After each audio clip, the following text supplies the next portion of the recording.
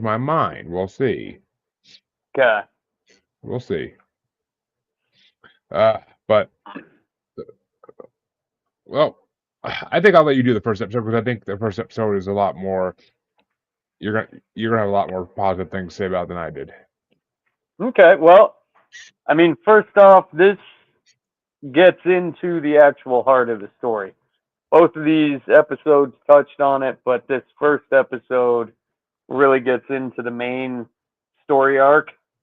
Um, so it starts out with, you got this little girl who sees something in her closet.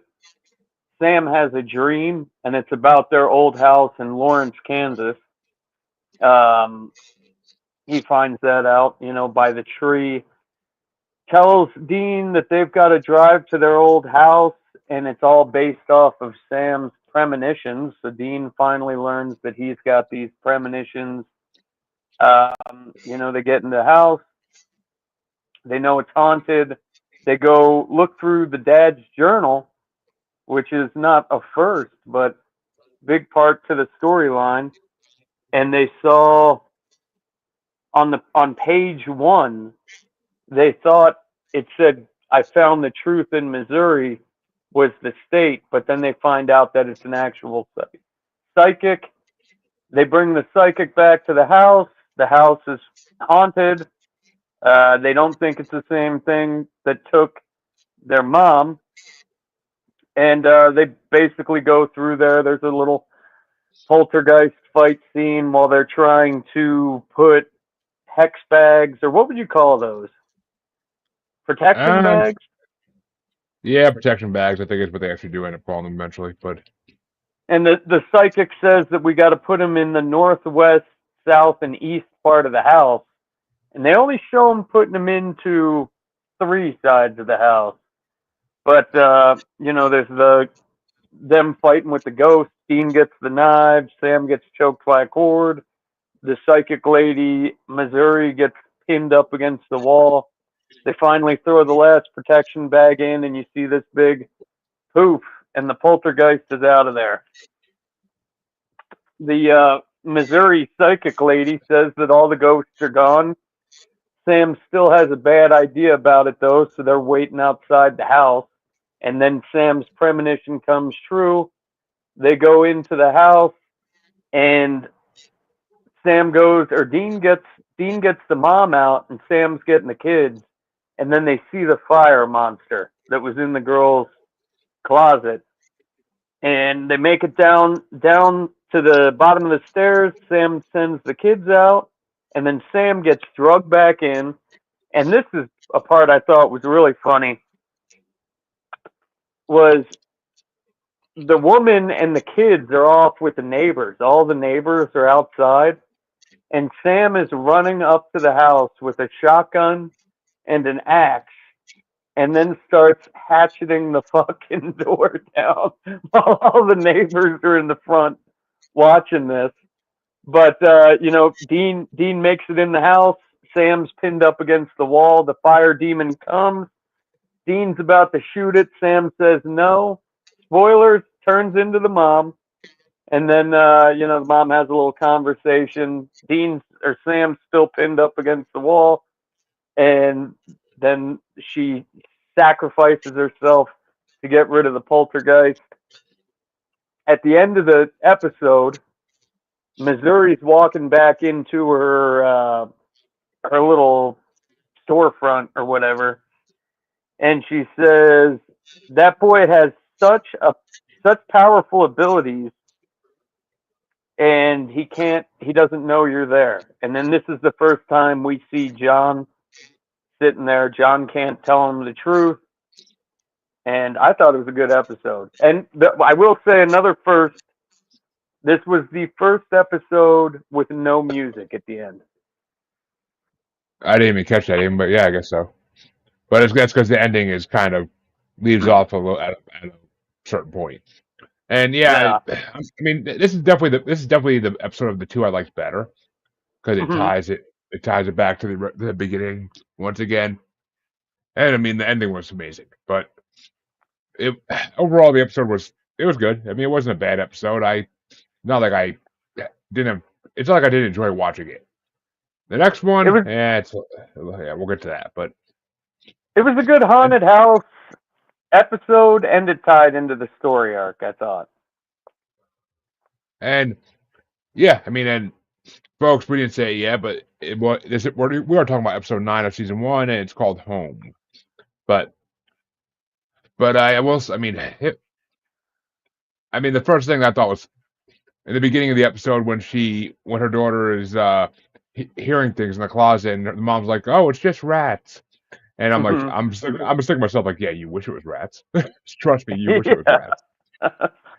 But Yeah, no. And then I think, by the time Sam and Dean come, and I don't understand what's up with all these women who just, I mean, the lady finds the box of the pictures and then puts two and two together. Oh, these are the Winchesters.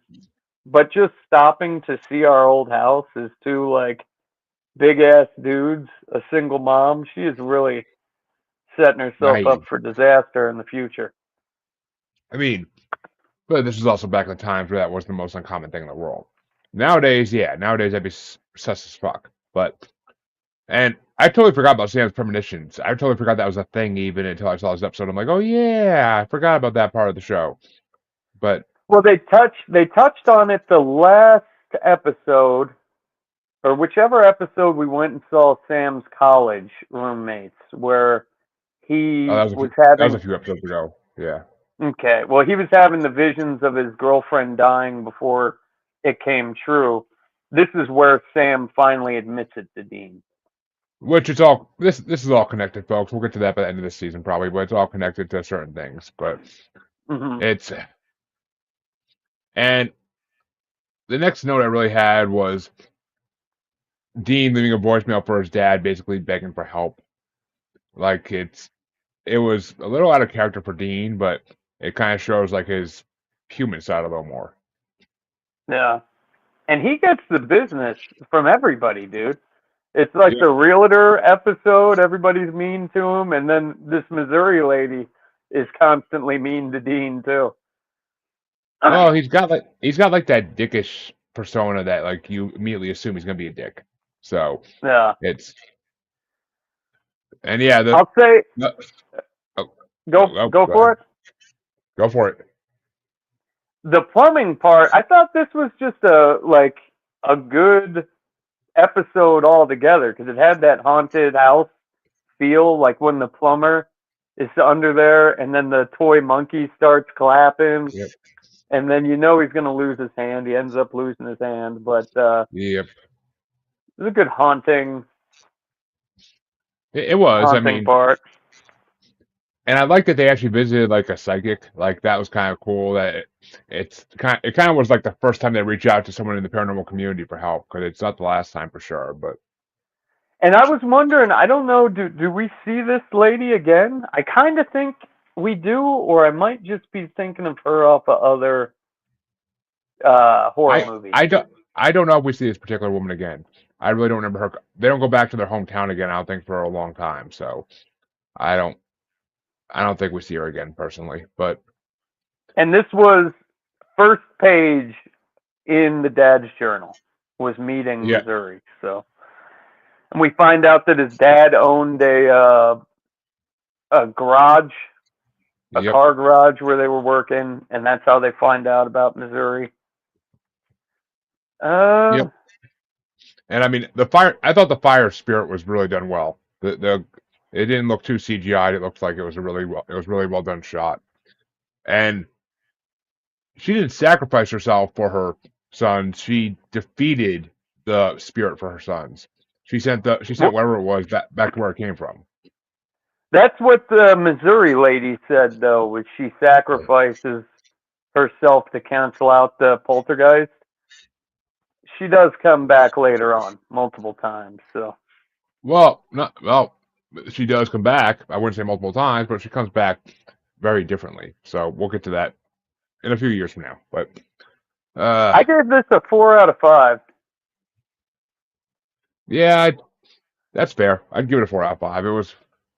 It was well enough done where I enjoyed watching it. So I definitely would give it a 4 out of 5. And yes, the first for the first time they show Negan, it was a good show. It was a good episode. But which Yeah, I cannot see. I can't see his face now and not picture Negan. yeah. Isn't he? He's kind of wearing like the same thing Negan would wear in Yeah, Walking Dead too. yeah, I love that Minus meme. the red ascot thing. Yeah, I love that meme I see every so often, where it's like it's Dean on the phone and he's like, "Hey, Dad, I found this baseball bat wrapped in barbed wire and this other jacket in the trunk of the Impala. You mind if I keep it?" And it shows John texting him back like, "No, I'm gonna need those, son." The only other first I got out of this one, uh, they got the protection bags, but this is the first time Dean notices that you're hearing the rats, the scratches on the walls, but you can't. You've never seen the rats Yeah, and the yeah. lights flickering, but that wasn't a real big one. No, that's commonplace for any horror movie at that point. But uh, oh, the next episode, folks. I guess it's time to go to the next episode. Was episode 10, titled well enough, Asylum, and basically it starts off with two cops going into an abandoned asylum because they got some call to go there, kids or whatever, and they find these kids. They find these kids, of course, after going through some creepy corridors, and one of them escorts the kids out, and the other one gets attacked by something, and he walks out to rejoin his partner outside, and as soon as his partner turns around, his nose is bleeding, so you know something happened to him. And he gets in the car with his partner, goes back home, and when he gets home, he violently murders his wife. Which that right there. But Sam and Dean find out about the asylum when they get a text with coordinates from their father, and so they go check out the asylum because their father mentioned it in the journal before. And basically, it's like any asylum horror movie from this point forward, which is why I kind of had a problem with it. They go through, they meet another pair of kids that are in there making out, and they spend the rest of the episode basically protecting these kids from different spirits, protecting themselves. And eventually, they find a secret room in the basement. And right when they do, though, Sam all of a sudden turns on Dean and starts trying to basically. He shoots him in the chest with the rock salt, and a fight ensues between the two of them, where Dean eventually knocks Sam out completely because Dean's got a mean right hook. And in the hidden room, they find the body of the doctor that was torturing patients in this asylum, and Dean salts and burns the body, and Sam is freed of the possession, and the spirit appears and starts crumbling in front of them, basically. And at the end of the day, they all walk out of the asylum happy, and John calling Dean's phone is the big thing at the end of the episode. When they're sleeping in the hotel room, Sam answers Dean's phone, and you don't know what's said yet, but you basically hear Sam say "Dad," and then the episode ends. So, Again with no music. yep, because they're getting to the point where they don't want to end it with music because it's not like a happy ending; it's a cliffhanger. Yeah, yeah. I think the music's gone. Yeah, for a little while. It comes back in a big way at the end of the season. So, and that's when we have the official theme song for the show start. But We had now one of these asylums where I lived when I was a kid. I never went there. Did you guys have any of that? no, there was nothing like that around us. We lived in too suburban an area, really. I gotcha. So I mean, it starts out with the legend. The kids try to stay in the asylum overnight, and then somebody goes crazy. We find out why later on. Yep, and we actually get to see it first in this one, I guess. We get to see the first real good cop, or good guy, I guess not good cop, bad cop, but good guy, bad guy routine that Sam and Dean pull with somebody, where Dean walks into a Hmm. bar harassing the guy who died, the guy who went crazy's partner, trying to act like he's a newspaper reporter, and Sam comes in and pulls the whole good guy routine and gets him to go outside and has a beer with the police officer to get his story. So I mean, it's a See, first in a way because it comes back. I had that written down here because, like I said, I finished at 7, and my Netflix froze at the beginning of the bar right when he was Oh, um, pretending to be the journalist, and then I yeah. didn't get it back until after the bar scene. Oh,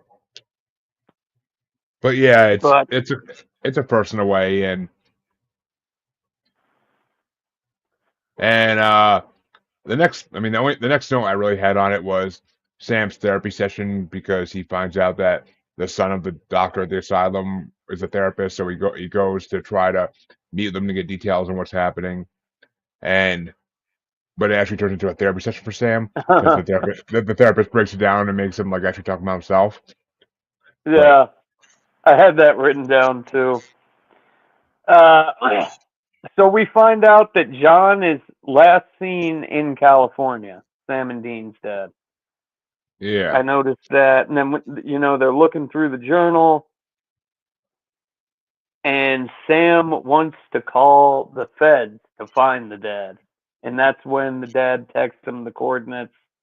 And I didn't yeah, have time to look into the numbers, but it's 42 negative 89 at 9:52 p.m. I don't know if there's any type of Easter egg in that, I don't. but and then yeah, the journal journal had this asylum. I still don't understand what it was in the journal for. You know what I'm saying? Yeah, me either.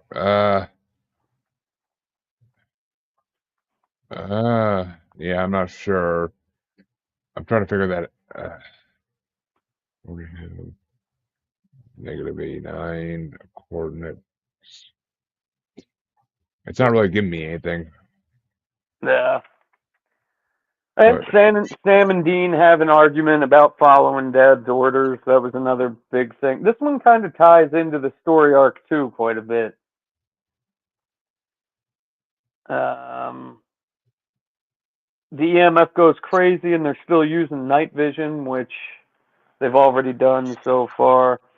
On first, I got the first fake call from Dean to send Sam into the basement.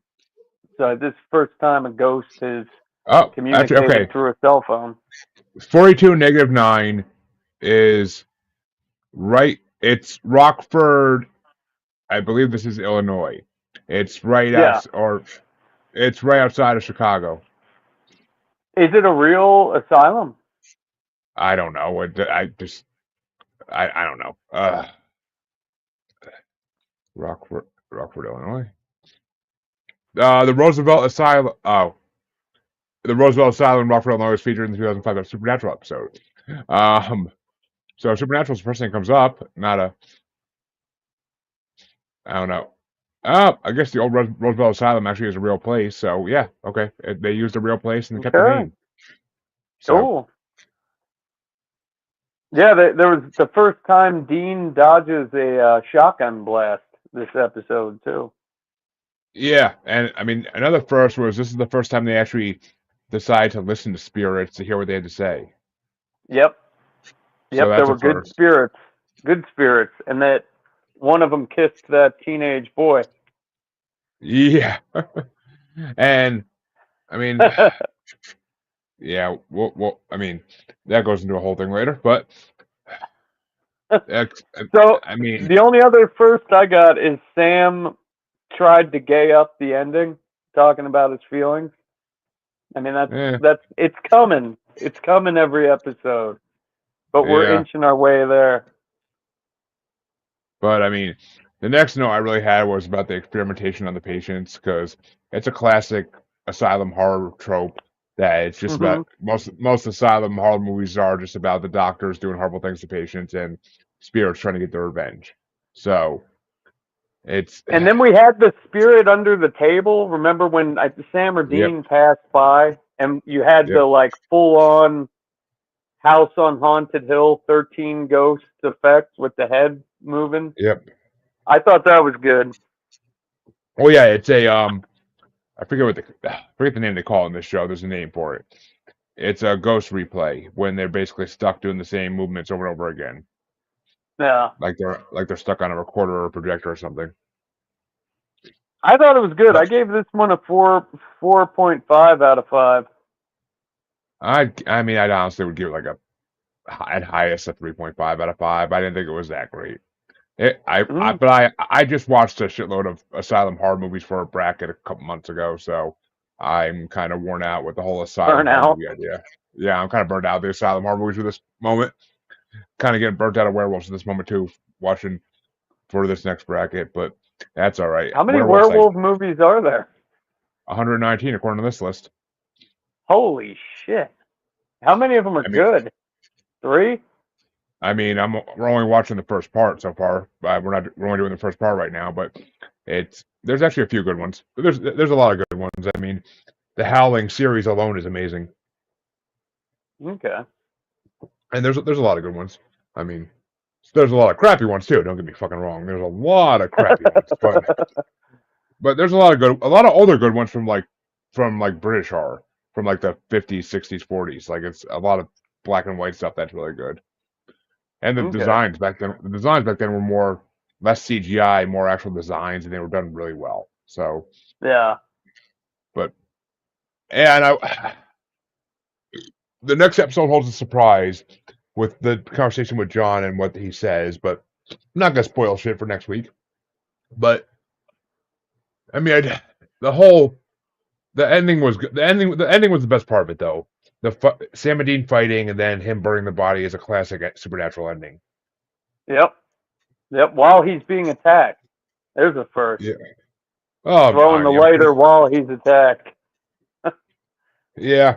It's and the effects on the doctor's spirit were done really well too, with the electricity running through his hands and shit. That was pretty cool. I'm not gonna lie, but it's Yeah, just yeah, most of the episode was a boring people walking through an asylum, seeing who dies next type of thing, and that kind of bores me at this point. yeah. That's my horror jam. That's the kind of stuff. Could have added 40 more minutes to this and made a full feature length film. I've watched enough of those, and you think there's a lot of bad werewolf movies. There's a lot more bad asylum movies. Oh my god. I'd imagine. But shit, folks. Well, that's all I really got to say in that episode, unless you got something more. No, that's about it. We're gonna see Dad or hear from the phone call here pretty soon. And the next episode coming up, folks, is one of my favorites, especially in the first season. So I can't wait to get to it. It's reminiscent of one of my newfound horror movies I liked in the last year. So we'll get to it and next week. And yeah, that's all I got for these two. But Well, I guess come in. next week will be my last sober February podcast on Supernatural. God help the first one of Then March. But but all right, folks. We will see you next week.